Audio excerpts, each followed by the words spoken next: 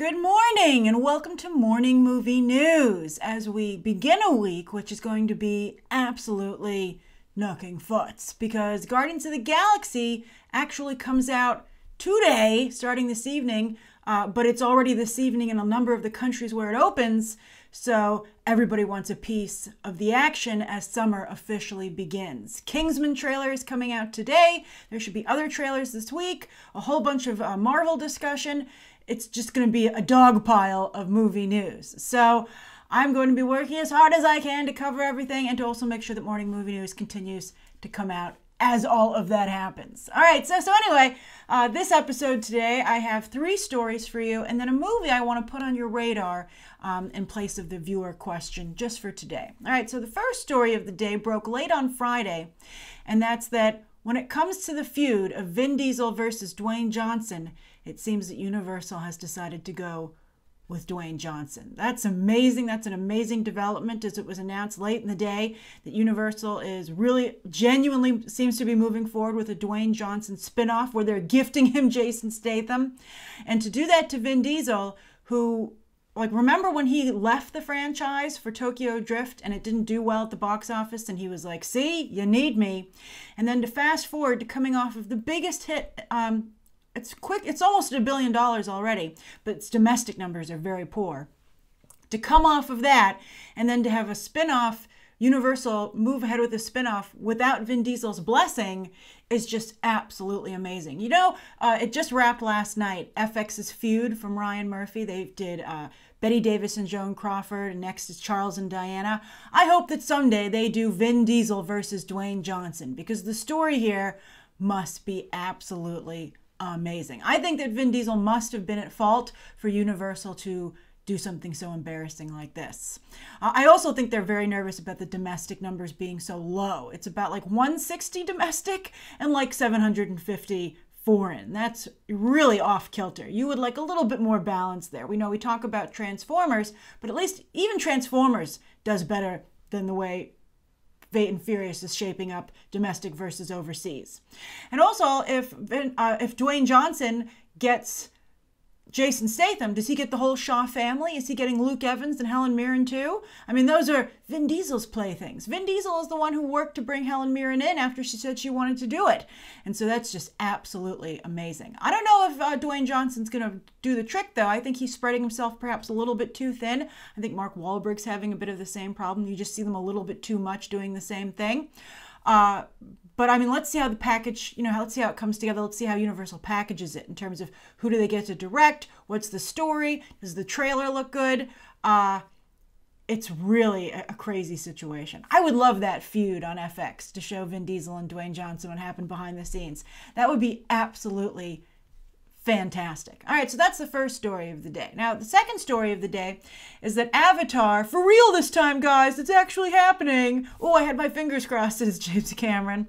The sequels are finally coming. James Cameron has promised these. He's basically like gone into like a Howard Hughes type Avatar cave and been working on these feverishly for almost a decade at this. Well, it will be almost a decade by the time that sequel comes out, because now it's finally set for 2020, and the first film came out so over a decade in 2009, but it's still the highest grossing movie of all time. No one has managed to unseat it, although a lot of people point out, and I think it's true, that the advance in 3D technology played into its success and that James Cameron used that technology like no one had previously. But I also like to point out that a lot of people genuinely like Avatar, right? Like, it might be hard for those of us who don't like it to comprehend, but you have to respect it that a lot of people genuinely like those movies and are excited to return to that world. A decade later, I'm not sure about that. I'm curious, for those of you who are on the pro-Avatar side, it's taken so long, are you still interested? Although, let the first trailer come out and let's see how everybody feels. So they have 4 more movies dated, 2020 and 2021. Then they're going to take a little bit of a break, I guess, while he edits the final 2, and then again in 2024 and 2025. And also, don't forget, Fox will not only push these, but so will Disney, because of course they just built Pandora, the world of Avatar, at their Animal Kingdom theme park. So they don't, that would be horrible. Animal Kingdom has enough trouble attracting guests as it is, although it was even outpacing Hollywood Studios for a while there, which is why they're building Star Wars Land at Hollywood Studios. But still, Disney needs that to be a success, so they'll push Avatar as well. And also, I would also like to add, never underestimate James Cameron. You know, Titanic seemed super cheesy. Avatar didn't seem that good, but he's really good at tapping into like a soap opera quality that makes these movies just do so well in terms of repeat watchability factor. And that's why he has still, to this day, the top 2 grossing films of all time. No one has been unable to beat him. Then, speaking of revered filmmakers, Ang Lee is heading back to mainstream movie making with Gemini Man, a project that's been floating around Hollywood since 1997, but they've had to wait for visual effects to make the story possible to do. And it's really good. I think Ang Lee, I can't believe they would pick Ang Lee for this, considering, you know, not only did Hulk do so poorly, his infamous Hulk. I actually remember, I'll never forget watching Hulk. I actually laughed out loud because while I respect that it tried to experiment with comic book movies, it was so misguided in its choices that you just couldn't help but laugh at it. It was just so ridiculous. But anyway, he's also coming off of Billy Flynn's Halftime Walk, which is a horrible disaster of a movie. So I would say that Ang Lee, when he connects, he really connects, but when he misses, he really misses. And so this seems so promising to me. I would be nervous about putting him in it. Maybe they want to make sure that this has like an old boy feel to it, that maybe it could be an awards contender. They're like getting greedy. They're like, I don't only want a box office hit here, but I want an awards contender. So let's have Ang Lee direct. What is the story? Okay, let me tell you, and you'll see why this is so cool. So back in 1997, someone came up with the idea that an aging assassin is trying to retire, but before he can, he must fight a clone of himself, which is obviously much younger and at the peak of his physical condition. And I immediately thought of that cool staircase scene in Logan, which was one of the coolest moments in the movie. And they touched on that, this exact thing a little bit, but here would be a whole movie about it.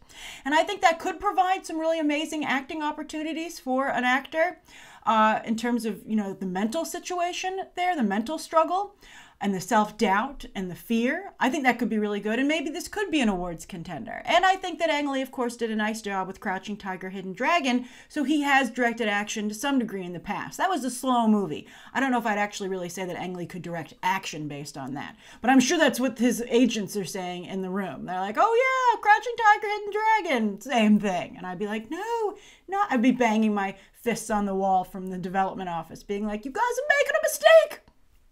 So we'll see, but I think this is a fabulous opportunity for some actor, and I'm glad that the technology is finally here, because it sounds like a really great idea.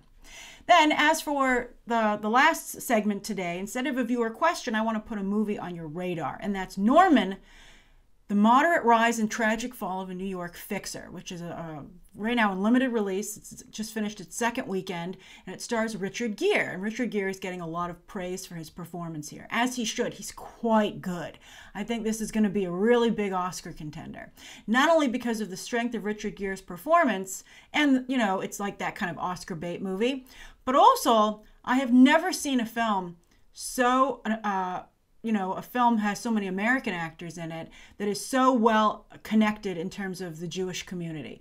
When you watch the opening credits, the number of Jewish organizations that are supporting this film, like the Jerusalem Film Fund, is absolutely stunning. And of course, there's a very strong Jewish community in Hollywood. I think that the Oscar campaign for this will play a lot like the movie with Who Knows Who. It's a very small community, favors, being exchanged.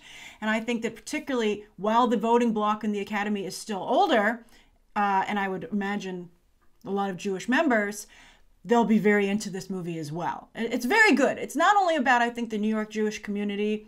I think that's just part of it. I think that there are a lot of different communities in the world, and they all have this element to them about, you're part of the group. And this deals with someone who is like both an outcast and an insider. But I also think, and this is a very scary movie, because I think it does a very good job of showing what it's like to be an entrepreneur, and in this case, a failed entrepreneur. Well, an entrepreneur, I wouldn't call him failed. I would have liked to have known a little bit more if he ever had any success. But Richard Gere plays a man right on the edge of success and failure. And it's just so scary. And he does such a great job, and he's so sympathetic. And it has a very strong cast, too. In addition to Richard Gere, there's Michael Sheen, Steve Buscemi, Dan Stevens. They all have very small roles, though. Michael Sheen and Steve Buscemi have like the biggest roles there. It's really a character piece for Richard Gere. Charlotte Gainsborough and Hank Azaria even shows up, And then the other biggest role goes to Israeli actor Lion Ashkenazi, and he's excellent as well. So this is a very, very good movie. And if you're into, and not only do I think it's a good film, but if you're into, and I really think it captures a certain part of New York extremely well, like the locations. Like if you hang out in Midtown New York at all, you're like, I know that place and that place and that place. It's very good. But I think that if you're into following awards season, don't underestimate this movie. This movie is going to be very, very strong. I think that a lot of favors will be traded in. I think that, again, the community that you see with like, who do you know? It's a lot of, they say all the time, who do you know? And this movie is a lot about that. It's about the plus sides of that, the negative sides of that. And I think that it's going to play out like that in real life with awards season. So check it out. I think, and I also just think it's a good movie. But I'm warning you though, it's very scary, particularly if you're an entrepreneur. Plays a little bit like a horror movie. It's gonna scare the crap out of you, but it's good. All right, so that's today's morning movie news. Thank you so much for tuning in. Please write down below what you think of today's top 3 stories. If any of you have seen Norman and your thoughts on that, anything you'd like to see covered tomorrow, and of course any questions that you might have for me. Thanks for watching. Bye.